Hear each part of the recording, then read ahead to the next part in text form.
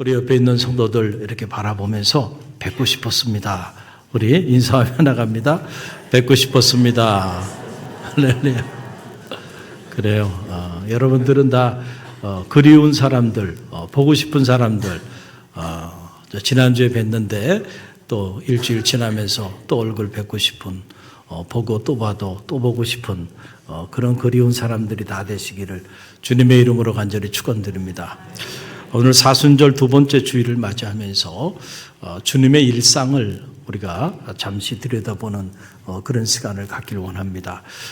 주님의 일상은 그냥 평범한 일상이 아니고 주님의 일상 그 자체가 메시지입니다. 그래서 신학자들은 주님의 생애를 특별 계시의 사건으로 이렇게 보는 거예요. 이게 무슨 말이냐면은 주님께서 이 땅에 오셔서 33년의 생애를 사셨는데 그 33년의 생애 그 어떤 것도 버릴 것이 없다.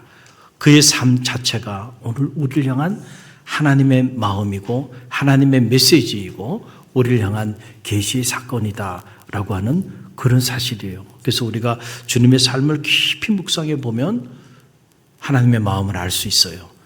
그리고 오늘 우리가 어떻게 살아야 하는지 우리 삶의 방향을 우리가 발견하게 된다. 그래서 이 15세기 독일의 유명한 신학자이고 수도사였던 토마스 아킨푸스는 유명한 책을 한 권 쓰였는데 그 책이 바로 그리스도를 본받아 The Imitation of Christ라고 하는 책이에요. 이 한 권의 책이 엄청난 파장을 가져옵니다.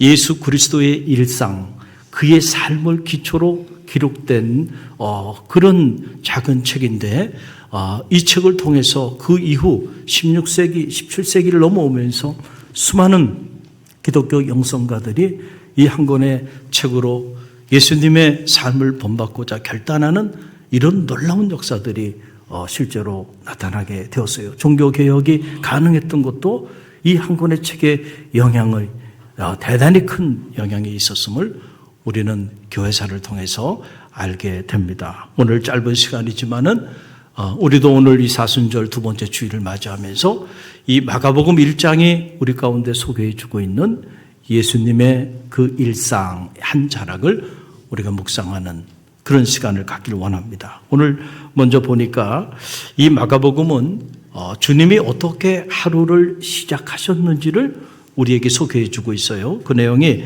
마가복음 1장 35절 말씀인데요. 저와 여러분 이 말씀을 함께 읽어봅니다. 새벽 아직도 밝기 전에 예수께서 일어나 나가 한적한 곳으로 가서 거기서 기도하시니 그랬어요.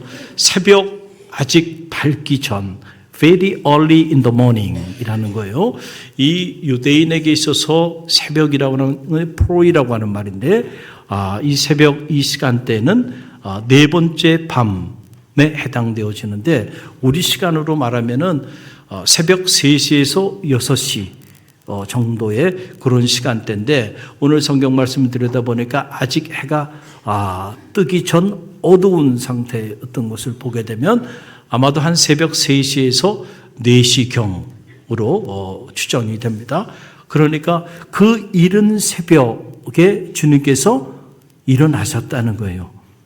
이런 면에서 보면 예수님의 일상은 그렇구나. 예수님이 언제 주무셨는지 모르겠지만은 그러나 분명한 것 중에 하나는 일찍 일어나셨구나. 그러니까 새벽형이었음을 우리가 알게 돼요. 여러분 영국의 그 오랜 격언이죠. 그 오랜 격언에 보게 되면 이런 말이 나옵니다. 일찍 일어나는 새가 벌레를 잡는다는 거예요. 여러분 부지런해야 됩니다. 부지런한 사람이요 기회를 잡아요. 그거예요. 기독교의 경전인 성서를 봐도요. 게으른 사람은 하나님이 그 게으른 사람을 들어쓴 사례가 단 한 건도 없습니다. 오히려 게으르지 말라고 그렇게 말씀해 주고 있어요. 저는 바라기 우리 갈릴리교회 성도들은요. 게으른 사람은 한 사람도 없게 되기를 간절히 바랍니다. 일찍 일어나셨어요. 그래서 예수님께서 그 이른 새벽 미명에 무엇을 하셨는가? 오늘 말씀을 들여다보니까 한적한 곳에 가셔서 거기서 뭐 하셨다는 거예요? 기도하셨음을 알게 돼요.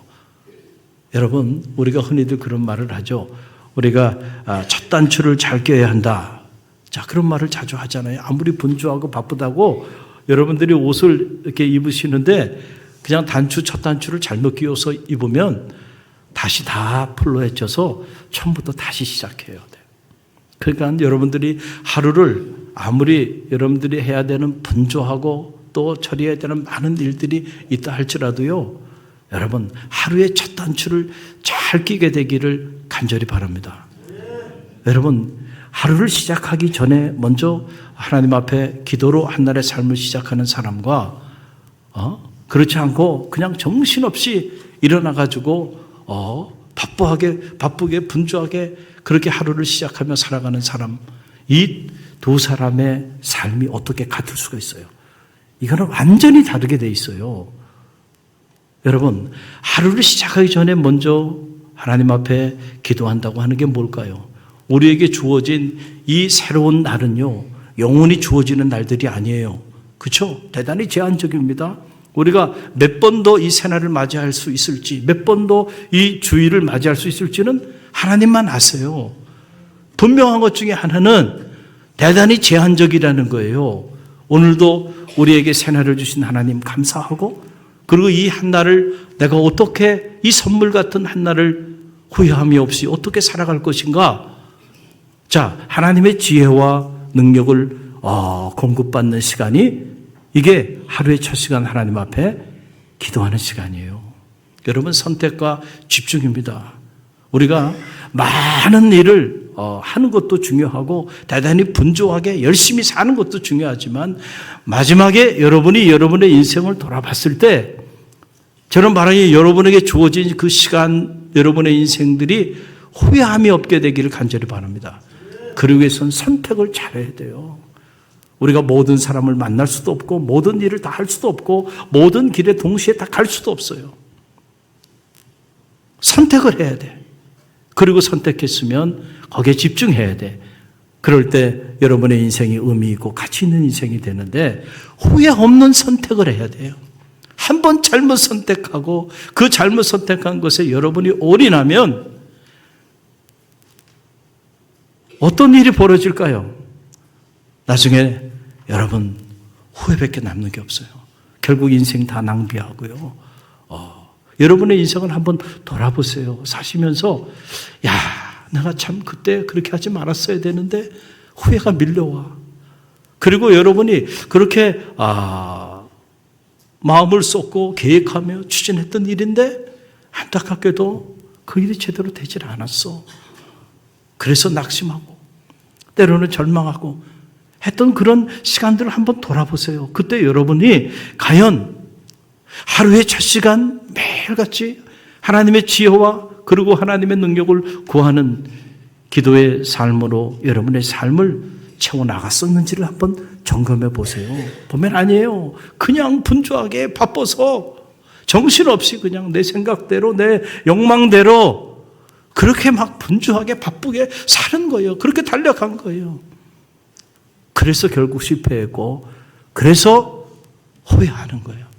그래서 내게 주어진 그 소중한 시간들을 다 낭비해버리고 마른 거예요. 저는 바라기는 우리 갈릴리 교회에 그런 분들이 한 분도 없게 되기를 간절히 바랍니다. 여러분, 악기를 연주하는 분들을 보면은요, 제가 대학에 있을 때도 이렇게 채플, 음악 채플 같은 거를 하게 되면은 공연팀들을 초대해요. 그러면 그분들이요, 프로들은 달라요. 프로들은요, 하루 전에 와요. 그래가지고 사전에 동선도 다 하고요, 리허설도 한번 다 해봅니다. 그리고 딱 채플 공연을 해요. 그럼 벌써 그 예비 동작을 딱 보면 이번에 이 음악 공연이 성공하겠구나, 그렇지 않을까를 알아요. 프로가 아닌 사람들은요, 그냥 그 당일날 뭐 시간 얼마 안 돼가지고 와가지고요, 정신없이 한번 맞춰보지도 못하고요, 그러고 합니다. 아무리 뛰어나도요, 여기저기서 문제가 터집니다. 그래서 정말 이 프로페셔널한 사람들하고 그렇지 않은 사람들은 차이가 있구나 라는 걸 알게 돼요. 아무리 훌륭한 연주자도요, 연주하기 전에 먼저 뭘 해야 돼요? 악기를 조율해야 돼요. 그 악기를 조율하지 않고 조율되지 않은 악기를 가지고 연주하면요, 제대로 된 소리를 낼 수가 없어요. 우리 인생도요, 마찬가지예요. 여러분들이 한날의 삶을, 여러분의 인생의 처음 아닙니까? 오늘 하나님 앞에 드리는 이 예배도 여러분의 인생에 처음 드리는 새날, 새 주일입니다. 할렐루야. 내 인생을 시작하면서, 나에게 준 새날을 시작하면서 하나님 앞에서 내 인생의 악기를 조율하는 거예요.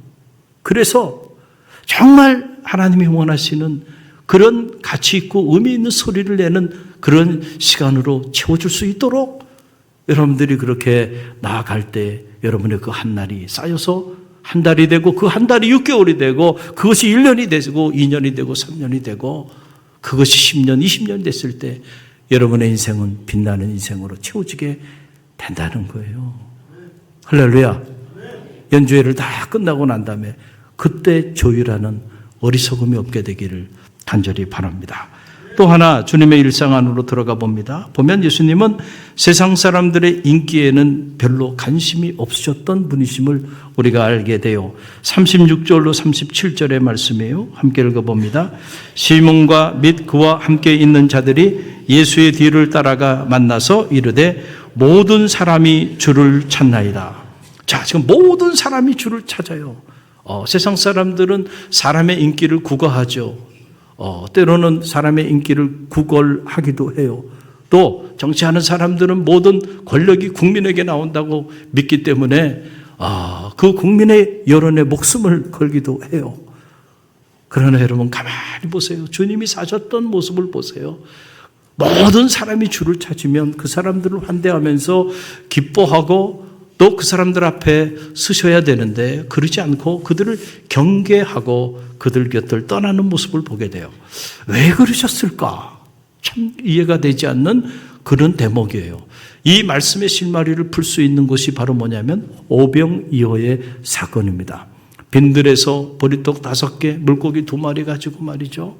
그 굶주린 5,000명의 배를 채우고 12강주리를 남기는 놀라운 역사를 주님께서 행하십니다. 요즘 말로 말하면 빵의 문제, 경제의 문제를 해결한 거예요. 그랬더니 사람들이 뒤집어진 겁니다. 이야, 저 사람을 쫓아가면 우리가 이 기적의 떡을 또 먹을 수 있겠구나. 그래서 성경을 보게 되면 그들이 밤을 새워서 주님을 찾아 나서는 모습을 보게 돼요. 그런데 어떻게 된 일인지 주님은 그들을 경계하셨고 그들 곁을 떠나 피하셨음을 보게 돼요. 왜 피하셨을까? 주님은 아셨어요. 그들이 주님을 따라온 것이 아니고 주님께서 행하신 그 기적의 떡맛을 보고 더 큰 떡을 얻기 위하여 주님께 찾아 나왔다는 사실을 알았기 때문에 그렇다라고 하는 거예요. 주님께서 더 이상 그들에게 기적의 떡을 주지 않는다고 한다면 그들은 한순간에 돌변해서 주님을 향하여 돌을 던질 사람들이에요. 이런 사람들을 우리는 팬이라고 말해요. 그렇죠? 이 팬클럽들이 있잖아요. 음악을 하는 사람에도 팬이 있고 스포츠 하는 사람에도 팬이 있고 우리가 팬심을 갖고 살기도 하는데, 자, 팬은요, 가만히 보세요. 내 기호, 내 생각대로 내가 좋아서 미치는 거예요. 그런데 내 생각대로, 내 기호대로 그 팬의 대상이 되는 그 사람이 살아가지 않게 되면요, 한순간에 돌변해서요, 엔티팬이 됩니다. 그 사람이 한순간에 적이 되는 거예요. 지금 주님이 경계하셨던 사람들, 그런 사람들이에요. 기적의 떡맛을, 더 큰 떡맛을 먹기 위해서 주님을 쫓아오는 거죠. 주님을, 생명의 떡으로 오신 주님을 바라보고 주님을 따른 사람들이 아니야. 그래서 주님이 그들을 경계하셨어. 이런 사람들을 무리라고 말해요. 그러나 주님을 바라보고 주님을 쫓아온 사람들을 우리는 제자라고 말하는 거예요. 팬이 아니에요. 저는 여러분이 다 제자가 되기를 간절히 바랍니다. 내 기호, 내 생각, 주님이 주시는 그 떡맛, 그것 때문에 주님을 쫓는 사람이 아니라 이제는 그걸 넘어서서 주님 때문에 주님을 쫓는 그런 주님의 참 제자들이 되시기를 주님의 이름으로 간절히 축원드립니다. 그래서 주님께서 경계하는 사람들이 아니고 주님이 찾는 사람, 바로 그 사람이 저와 여러분이 되고 갈릴리 교회가 통째로 그런 공동체가 되게 되기를 주님의 이름으로 간절히 축원드립니다. 셋째로 마가복음 1장 안에 보게 되면 주님께서 왜 우리 가운데 오셨는지 그 오심의 목적이 선명하게 기록되어 있어요. 그 내용이 38절로 39절의 말씀입니다. 함께 읽어봅니다. 이르시되 우리가 다른 가까운 마을들로 가자. 거기서도 전도하리니 내가 이를 위하여 왔노라. 아멘. 주님께서 왜 그 높고 높은 보좌를 버리시고 낮고 천한 말 구유에 아기 예수로 우리 가운데 오셨을까요? 그 오심의 목적이 있다는 거예요. 그 오심의 목적이 바로 뭐예요? 내가 이를 위하여 왔노라. 무엇을 위하여 왔다는 거예요? 첫째도 전도. 따라해 보세요. 첫째도 전도. 둘째도 전도. 셋째도 전도. 영혼을 구원하기 위하여 주님께서 이 땅에 오시고 그리고 버림받은 땅에서 무려 30년 동안 당시에 이 목수의 아들 테크논이라고 하는 사회적 신분으로 말하면 가장 러 클래스예요. 장인 상인보다도 더 낮은 밑바닥 인생의 삶을 무려 30년을 사시면서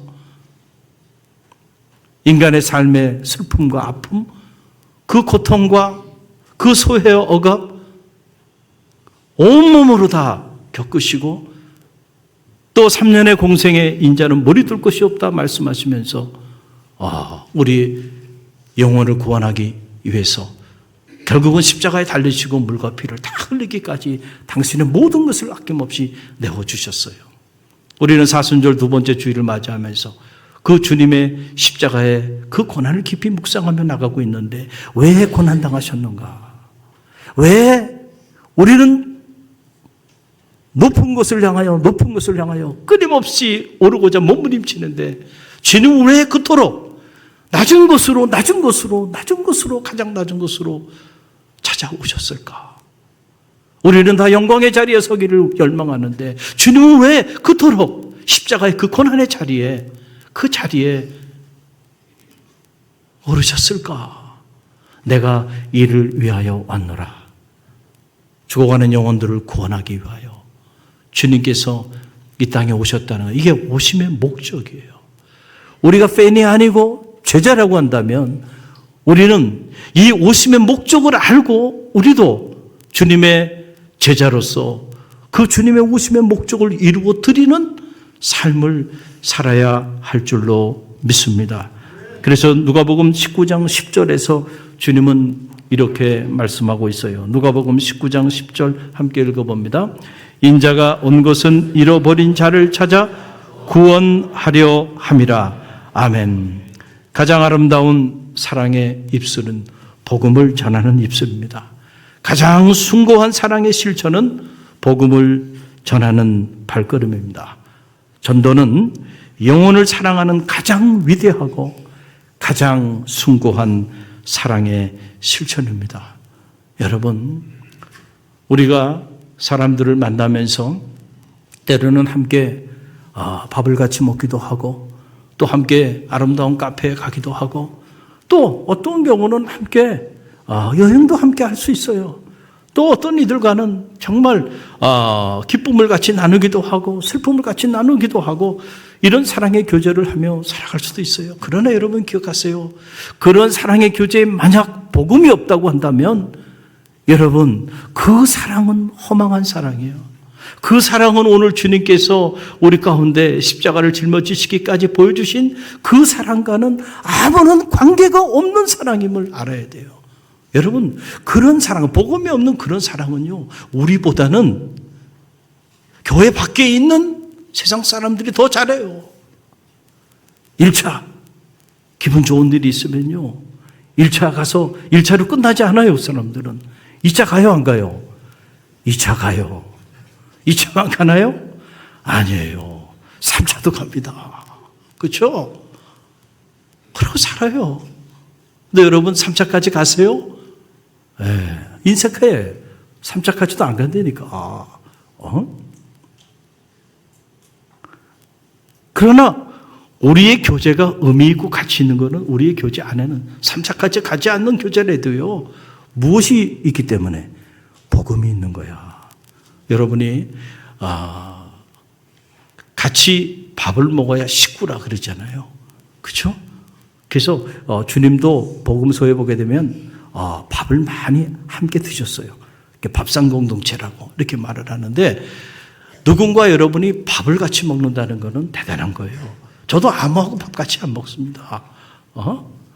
같이 밥을 먹는 사람은 저에게는 특별한 사람이야. 또 아름다운 카페들이 얼마나 많아요? 아무하고 아름다운 카페 갑니까? 아니죠. 여행도 아무하고 갑니까?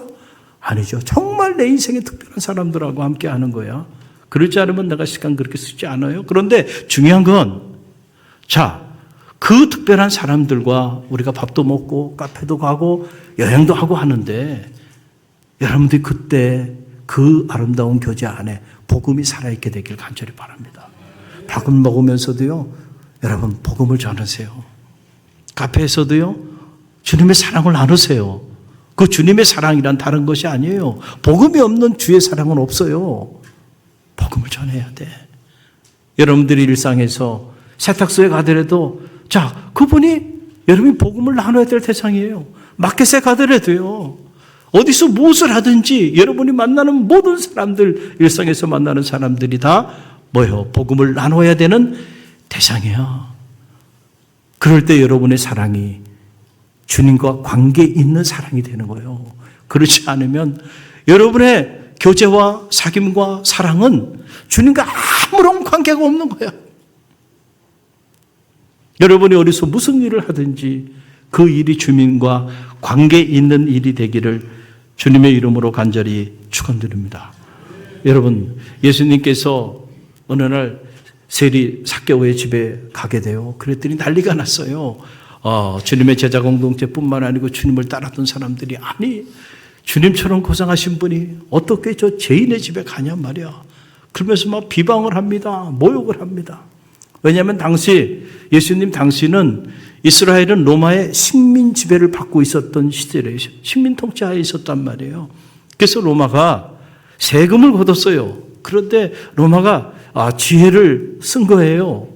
로마인들이 직접 세금을 걷게 되면 로마에 대한 이 반감이 점점 커지니까 에트닉 투 에트닉, 같은 에트닉 유대인에게 세금을 내게끔 만든 거예요. 그래서 유대인들로 하여금 세금을 징수하는 텍스 컬렉터들을 세운 겁니다.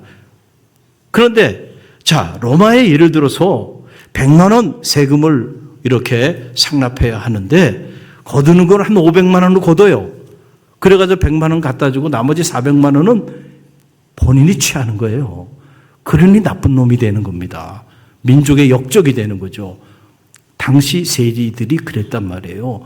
그런데 그런 세리와 함께해? 그런 세리의 집에까지 가셔? 그런 세리와 함께 밥을 드셨어요. 그러니까 사람들이 들고 일어난 거야. 그래가지고 어떻게 주님이 저럴 수가 있냐고 말이야. 근데 여러분, 주님이 식사할 데가 없어가지고 세리 삭개오의 집에 가서 식사를 하셨겠어요? 아니에요. 주님이 그 세리 삭개오의 집에 가신 목적이 있어요. 주님이 그 집에 가셔서 뭐라고 말했어요? 오늘 이 집에 구원이 이르리라. 할렐루야. 그러면서 주님이 주신 말씀이 인자가 온 것은 잃어버린 자를 찾아 구원하기 위함이다. 그렇게 나쁜 사람이었던 세리 삭개오의 집에 가셔서 그 세리와 함께 밥을 드신 목적도 결국은 그 집에 구원을 선포하기 위함이에요. 그 세리, 그 죄인 세리를 구원하기 위한 목적이셨다라는 사실을 여러분 꼭 기억하시기를 바랍니다. 한 영혼을 구원하기 위하여 온 사냐를 헤매셨던 주님을 기억합시다. 여러분, 그래서 기독교 역사를 보게 되면 이 주님의 일상을 묵상하고 그리고 자기의 삶의 한 자락이라도 살아내기를 결단했던 수많은 이들이 그들도 주님처럼 자기의 생명을 바치며 복음을 전하는 그런 삶을 사는 거예요. 여러분 로마에 가게 되면 카타콤이라고 있어요. 이 지하 묘지인데 일종의 1층, 2층으로 된 지하 동굴이에요. 그런데 수백 년 동안 그곳에서 말이죠. 신앙의 자유를 위해서 그리고 박해를 피해서 그곳에 살면서도요. 복음을 전하면서요. 목숨을 걸고 대를 이어서 그 땅 속에서 그러고 사는 거예요. 무려 이 로마에만 60개 정도의 그 카타콤이 있는데 그걸 다 합치면 길이가 600km나 돼요. 그러니 여러분 한번 상상을 해봐요. 우리가 순례 가가지고 볼 수 있는 건 한 2, 3km밖에 안 돼요. 나머지는 우리가 들어가서 탐방이 되지 않는데 총 길이가 600km나 돼요. 놀랍죠. 저는 제가 종종 원주 명성수양관에 기도 피정을 가곤 하는데 그곳에 가게 되면 꼭 들리는 곳이 있어요. 그 제천에 있는 배론 성지예요. 제천에 있는 배론 성지 가면 그 산속에 계곡 안에 그곳에요. 여러분 19세기에 지금도 차로 가는데도 그 깊은 산속인데 그 당시 얼마나 깊은 산골짜기였겠어요. 그 배론이라고 하는 말은 배 밑바닥처럼 생겼다 그래서 배론이에요. 그 골짜기가. 여러분 거기에 황사양의 백서 토굴이 있고요. 1885년에 최초의 우리나라 신학교가 세워지고요. 그 산속 깊은 곳에 숨어 들어가가지고요. 거기서 신앙 공동체를 이루고 옹기를 굽고 살면서 그 신학교를 만들고 그리고 거기 있는 사람들이 또 복음을 전하기 시작하다가 결국은 다 순교의 피를 흘리게 되는데요. 갈 때마다 제 안에 다시 새기는 거예요. 야, 이렇게 살았던 신앙의 선각자들이 이 땅에도 있었는데 할렐루야. 내가 이를 위하여 왔노라. 내가 이를 위하여 왔노라. 말씀하여 주신 주님의 음성이 이 사순절 두 번째 주일을 맞이하며 저 여러분의 가슴에 울려 퍼지게 되기를 간절히 바랍니다. 미국 텍사스 출신의 감리교 여성 선교사 루비 캔드릭, 저는 이 여인을 잊을 수가 없어요. 24살 1907년 9월 24살에 이 어떻게 보면은 어린 나이죠. 이 젊은 여성이 복음을 전하기 위하여 이 한국 선교에 헌신하게 됩니다. 그래서 당시 미국 북감리교회 해외 선교부 파송을 받아서 한국에 오게 돼요. 당시는 대한제국 말기로 일제 간섭이 심했던 때요. 그런데 이곳에 와가지고 특별히 어린아이들과 여성들을 위하여 교육을 가르치고 복음을 전하고 영어를 가르치고 자기 몸을 돌보지 않고요. 헌신적으로 사역을 합니다. 그러다가 그만 심한 열병에 걸리게 돼요. 그래서 그 다음에 2월 하나님의 부르심을 받게 돼요. 10개월 동안 짧은 생을 이 한국이라는 곳에 와서 복음을 전하다가 꽃다운 나이에 생을 마감하게 되는데 열병에 걸려서 어려움을 당할 때 고향으로 돌아가서 병을 치유해야 되지 않냐라고 말할 때 나는 절대로 고향으로 돌아가지 않는다. 나는 이 땅에 묻히겠다. 그래서 그가 마지막 생을 마감하기 전에 고향에 있는 친구들에게 쓴 편지에 보게 되면 이런 내용이 나와요. 내게 1000개의 생명이 있다면 나는 그 모든 것을 한국에 바치리라. 내게 1000개의 생명이 있다 할지라도 그 생명을 내가 한국에 다 바치겠다는 거예요. 그의 마음 그대로 지금 저 양아진 선교사 묘역에 그녀의 시신이 안장돼 있어요. 이 편지를 받고 감동을 얻고 도전을 받은 당시 미국의 크리스찬 청년들이요, 자신들도 죽을 것을 각오하고요, 한국 선교에 특별히 그 텍사스주 그 고향에 있는 크리스찬 청년들이요, 이 루비 캔드릭의 뒤를 이어서요, 이 조선 땅에 무려 20명이나 되는 선교사들이 젊은 나이에 이곳에 와가지고요, 그들의 생을 바칩니다. 지금 저 양아진 그 선교사 묘역에 가면 이곳을 새 영혼들을 구원하기 위하여 자기 생명을 내어 던졌던 선교사들과 그의 가족이 무려 417명이나 그곳에 안정되어 있어요. 여러분, 오늘 우리가 경험하고 있는 이 삶은 그냥 거저 주어진 게 아니에요. 우연히 어떻게 하다 보니까 한국 교회가, 우연히 어떻게 하다 보니까 이렇게 문명화된 한국 사회가, 이렇게 발전된 사회가 자리하게 된 거 아니에요. 잠깐만 고개를 들어서 한국 근대사만 돌아봐도요, 얼마나 많은 믿음의 선각자들이 이 땅의 영혼의 구원을 위해서 이곳에 와서 죽어갔는지, 그들의 헌신과 그 사랑의 결과로 오늘 저와 여러분이 있어요. 그런 면에서 우리는 이 사랑에 다 빚진 자들이에요. 우연히 여러분이 이렇게 아름다운 성전에서 이렇게 하나님 앞에 예배하고 있는 게 아니에요. 아직도 여러분, 복음은 멈춰져서는 안 돼요. 아직도 복음을 필요하는 이들이 이 땅에는 너무 많아요. 특별히 이 지역에는요, 아직도 주님을 한 번도 알지 못하고 살아가는 이들이 우리 주변에 많이 있어요. 이 지역은 우리의 선교지예요. 우리가 어떤 모습으로든 하나님이 우리에게 주신 재능과 은사, 에너지, 물질, 무엇이 됐든지 간에 내가 이를 위하여 왔노라, 내가 이를 위하여 왔노라 주님 말씀하여 주셨는데, 우리가 이를 위하여 우리에게 주어진 것들을 활용하고 사용할 수 있는 그런 주님의 제자들이 되시기를 간절히 바랍니다. 또 우리 교회가 통째로 그런 공동체가 되기를 간절히 바랍니다. 그래서 여러분이 머물다 가는 지역마다 생명이 실제로 살아나는 우리 갈릴리 교회 때문에 이 지역이 성시화되고 이 지역에 그리스도의 아름다운 향기가 흘러 퍼지는 그런 역사가 있게 되기를 간절히 열망합니다.